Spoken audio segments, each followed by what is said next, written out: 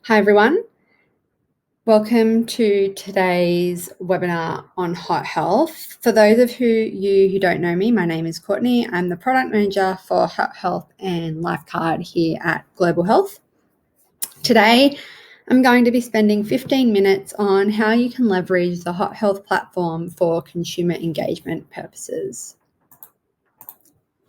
So firstly, today I'll touch on why you really need to consider how your current consumer engagement strategy, what it looks like and how it can be improved. And this is important no matter your organisation size.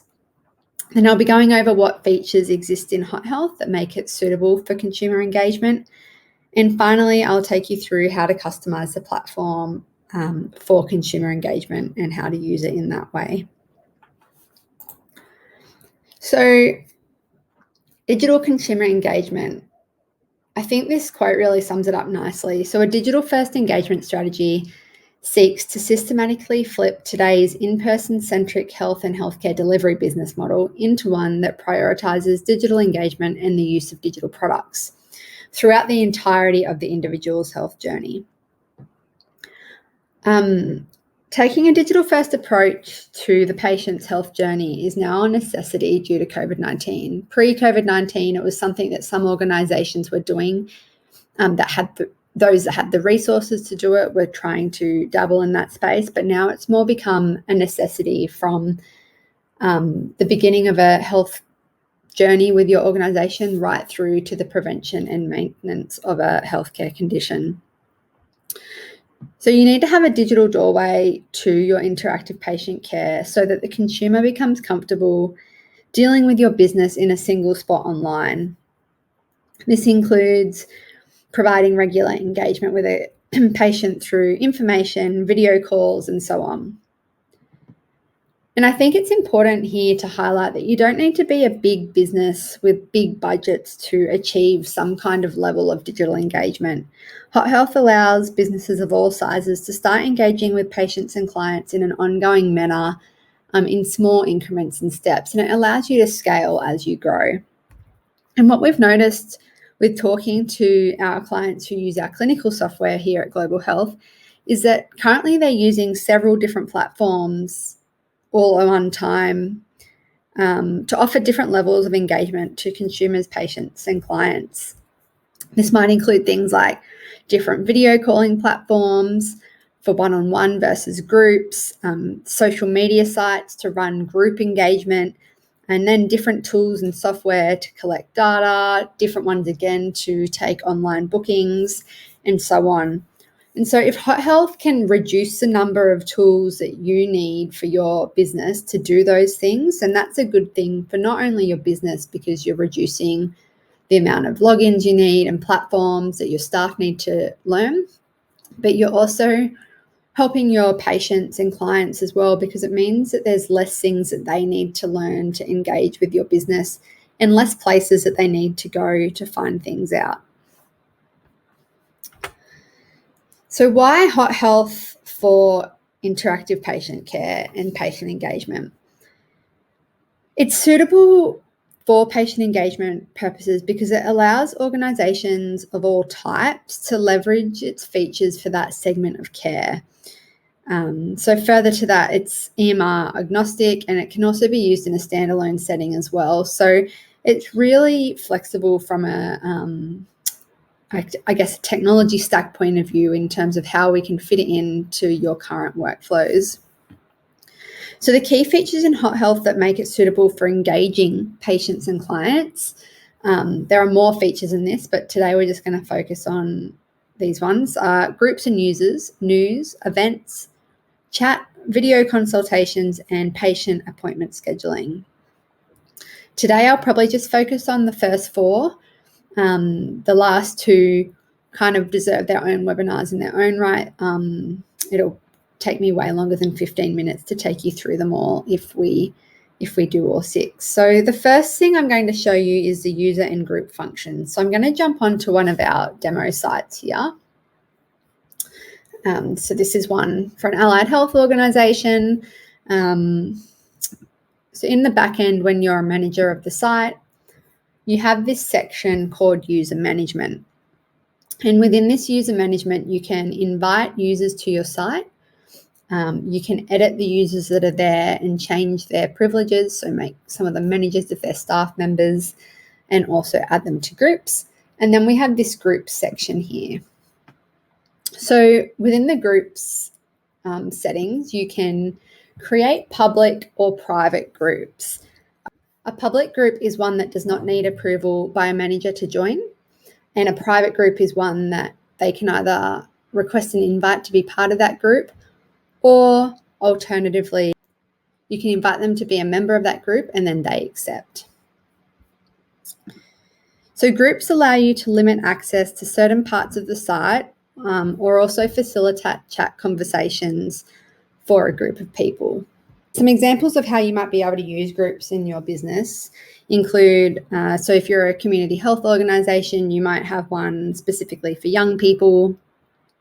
If you're a hospital, you might have one specific for day surgery, because different information is required for day surgery patients. And for general practice and allied health and specialists, you might have different groups for different conditions. And the purpose is to distribute information that's relevant to that group through our other sections, which I'm about to go through, which are news and events and chat. Or you could also use this to monetize parts of your services as well. So if someone signs up for a certain course, they might get access to specific information in your news section that other people don't have. So news is really used for information distribution. So when creating a news article or a news story, we can add in your heading and your body text. And you can also add in any pictures, videos, or PDFs that go along with it. Once you've done that, you can choose whether that news story is viewable by the public, which means anyone that comes to your site, they don't need a login, or it's viewable by a group, and then you can choose what groups there have access to that news story.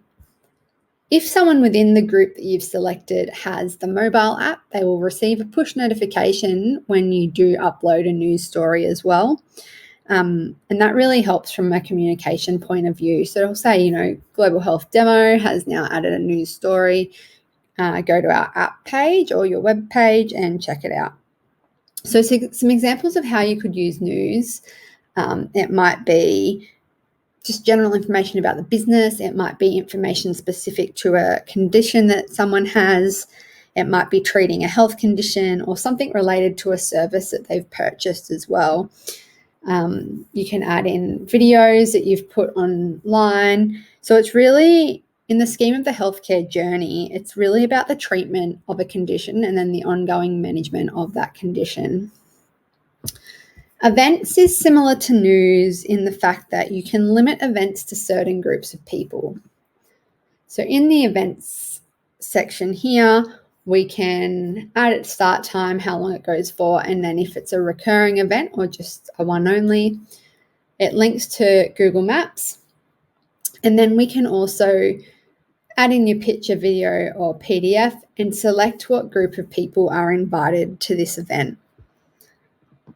When you do so as well, you can also collect responses. So you can use it for RSVP management here. And then as a manager, you can also put a limit on how many people can attend the event as well.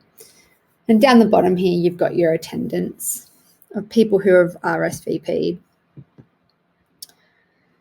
The next part I'm going to show you today is the chat function. So depending on your settings, the chats can be initiated by a manager of the site, an assistant manager of the site, or general users. A lot of organisations we speak to would prefer it just to be manager or assistant manager initiated, and so they've got their settings to reflect that like this. You can also add in any legal disclaimers about the chat not being monitored on a 24/7 basis. So you can start a new chat conversation with a group of people. or also you can start a chat conversation with a singular person as well. So as with news and events, you can also select if the users within that chat are receiving notifications of the chat messages.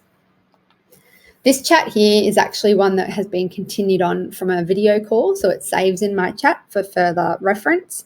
And so it's really good for interactive patient care in an ongoing manner. So if you have your video call and there was some items in the chat, that chat is then saved in the patient and also the staff members' chat section of the site. The final two here are video consults and patient appointment scheduling. I'm not going to go over much today. However, it is important to note that with HotHealth, patients and clients can actually schedule their own appointments, reschedule those appointments, and also cancel them. So from a start of the healthcare journey and also ongoing in terms of ongoing interaction with patients when they need to book appointments or reschedule, it's really helpful in that regard as well. It's a really big level of convenience to offer your patients. So that's kind of it for today. They're the main things from a patient engagement perspective. Most of the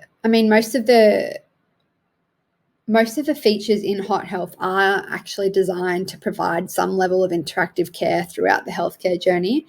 However, from a usage point of view, the features I went over today are probably the ones that organizations are not using as much as they could at the moment, whether that be because they don't have resources or someone's not sure how they could get into it, or it might even be the fact that there isn't really that many solutions out there that has all those functions in one spot. So HotHealth kind of just offers you that ability to do engagement type activity from one platform, which is really good for both yourself as as the practice manager or the doctor or the healthcare provider, but also from a patient's perspective. It's one less thing for them to worry about in terms of what platform do they need to log into to have this level of interaction with your business. So that's it for today. If you've got any questions, please feel free to email us or visit our website. Otherwise, I'll see you next time at the next webinar. Please keep an eye on the website for the next date and topic as well. If you do have a topic that you'd like us to cover, please let me know via the email here, and we'll certainly look to consider that going forward. Thanks and have a good day.